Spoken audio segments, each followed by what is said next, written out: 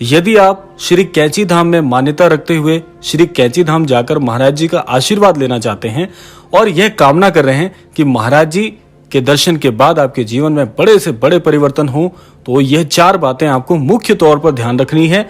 इनका अनुसरण यदि आप करते हैं तो निश्चित तौर पर आप कोई भी गलती नहीं करेंगे और महाराज जी की कृपा सदैव आपके जीवन पर बरसती रहेगी। तो आइए बात करते हैं उन 4 बातों के विषय में जो कि आपको कैंची धाम जाने पर अवश्य स्मरण रहना चाहिए। सबसे पहली बात है कि बहुत से लोग जब श्री कैंची धाम आश्रम पहुंचते हैं, महाराज जी के दर्शन करते हैं, तो भूलवश कई बार ऐसी चूक कर बैठते हैं जो कि नहीं करनी चाहिए।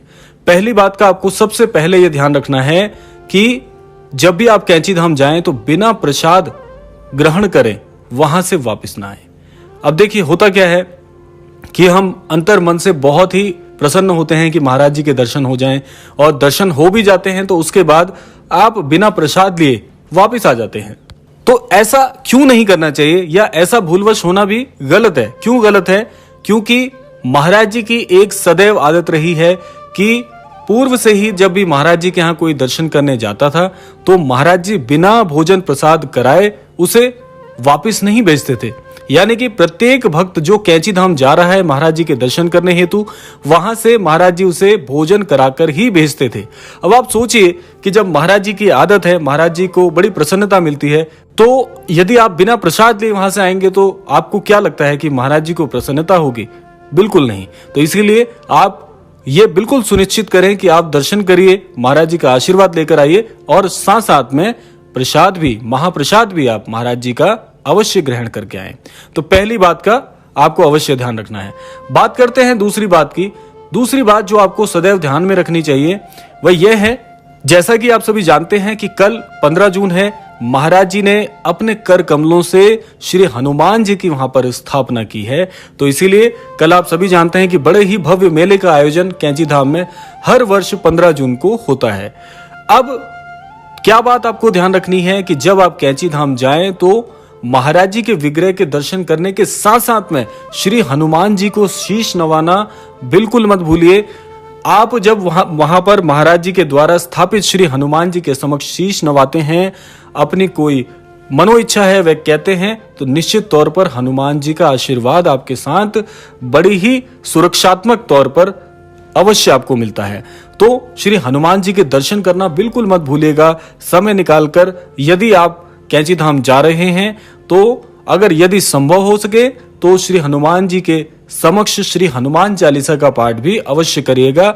इससे आपको कई गुना प्रतिफल मिलेगा श्री कैंची धाम जाने का। क्योंकि ऐसा इसलिए भी है क्योंकि महाराज जी ने अपने स्वयं कर कमलों से वहां पर श्री हनुमान जी की स्थापना की है। तो सोचिए कितना अद्भुत वह क्षण होगा, कितना अद्भुत आशीर्वाद आपको मिलेगा।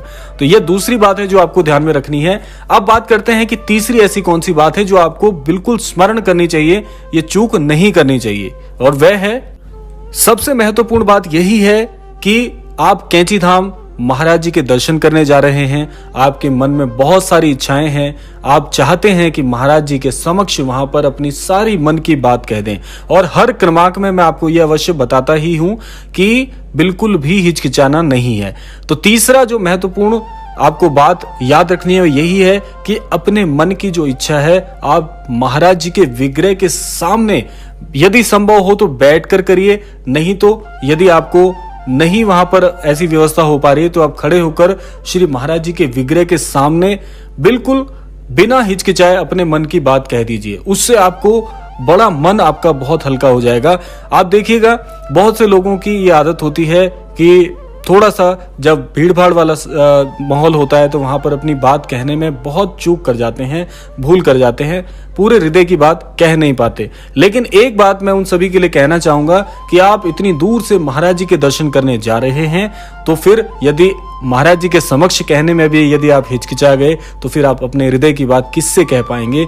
महाराज जी बड़े दयालु हैं, यूं तो आपके हृदय की एक एक बात जानते ही हैं, लेकिन फिर भी आपके हृदय में भी आपको भी यह आभास हो कि महाराज जी तक अपनी दिल की बात कह दी है। तो इसीलिए महाराज जी के विग्रह के समक्ष बैठकर या संभव ना हो पाए तो खड़े होकर अपने हृदय की सारी बात कह दीजिए। एक एक बात आप महाराज जी को अंतर मन से बता दीजिए कि महाराज जी मेरे जीवन में यह कष्ट चल रहे हैं, या महाराज जी मेरी अमुक इच्छा है, या मैं बहुत समय से प्रयासरत हूं, मेरा ये अमुक कार्य नहीं हो रहा।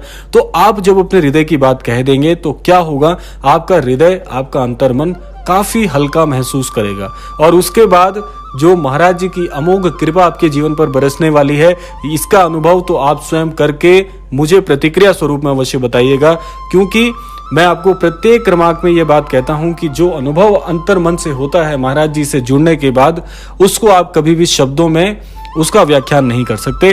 तो यह आपके लिए भी इतना ही अद्भुत हो जाएगा जितना कि मेरे लिए प्रत्येक क्रमांक में आपको बताना होता है। तो यह है तीसरी वह बात जो आपको हमेशा ध्यान रखनी है कि पूरे अंतर मन से अपने हृदय को निचोड़कर महाराज जी के समक्ष कह दीजिए, यही वह दिन है, यही वह क्षण है। ऐसी सोच रखकर महाराज जी से अपने हृदय की बात अवश्य कहिएगा। अब बात करते हैं चौथे महत्वपूर्ण बिंदु की, जो कि आपको सदैव ध्यान रखनी चाहिए जब आप कैंची धाम जाते हैं। चौथा जो बिंदु है यह भी बड़ा महत्वपूर्ण है, क्योंकि आज के इस आधुनिक युग में बहुत सारे लोग योग आदि कार्य करते हैं। तो जो लोग ध्यान आदि से जुड़े हुए हैं, जो लोग ध्यान करते हैं, ईश्वर के प्रति अपने ध्यान को केंद्रित करने का प्रयास करते हैं, एकाग्र मन चाहते हैं, या जिनको भी जीवन में समस्या रहती है कि हमारा मन बड़ा विचलित रहता है, तो ऐसे लोगों के लिए मैं ये अवश्य कहना चाहूंगा कि श्री कैंची धाम की जो भूमि है वो बड़ी ही दिव्य है, बहुत ही अद्भुत दिव्य शक्तियों से परिपूर्ण है। तो इसीलिए जब भी आप श्री कैंची धाम के प्रांगण में प्रवेश करते हैं तो आप एक ऐसे ऊर्जा के स्रोत में आ जाते हैं, आप एक ऐसे ऊर्जा के आयाम में आ जाते हैं जहां पर आपकी जो अंतर मन के विचार हैं, जो अंतर मन की जितनी भी इंद्रियां हैं, वे ईश्वर के साथ में, उन दिव्य शक्तियों के साथ में प्रत्यक्ष रूप से जुड़ जाती है।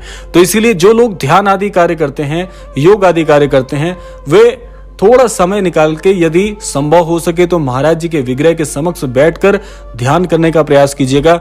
नहीं तो श्री कैंची धाम में जहां पर भी आपको, चाहे प्रांगण क्षेत्र में हो, चाहे महाराज जी के तखत के सामने हो, जहां पर भी आपको यथासंभव स्थान मिले, वहां पर बैठकर थोड़ा सा ध्यान आदि कार्य को कीजिएगा। तो उससे क्या होगा कि आपको कितने फायदे होंगे मैं बता देता हूं।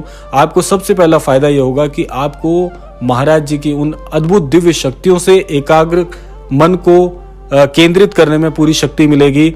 आपका जो ध्यान आदि कार्य है उसमें आपको बहुत बल मिलेगा, और आप अनुभव कर पाएंगे कि ऊर्जा का जो स्रोत है वह हमारे जीवन में कैसे प्रवेश करता है। इतनी दिव्य शक्तियां वहां पर विद्यमान हैं।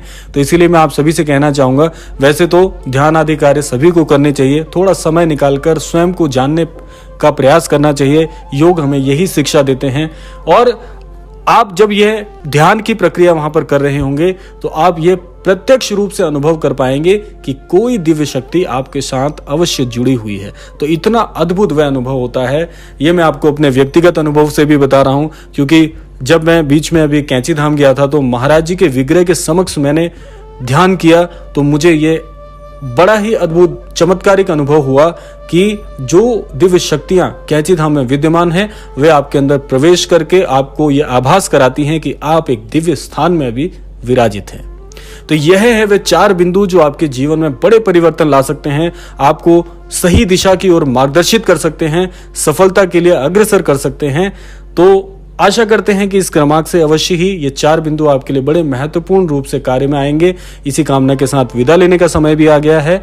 विदा लेने से पूर्व समय है प्रार्थना का।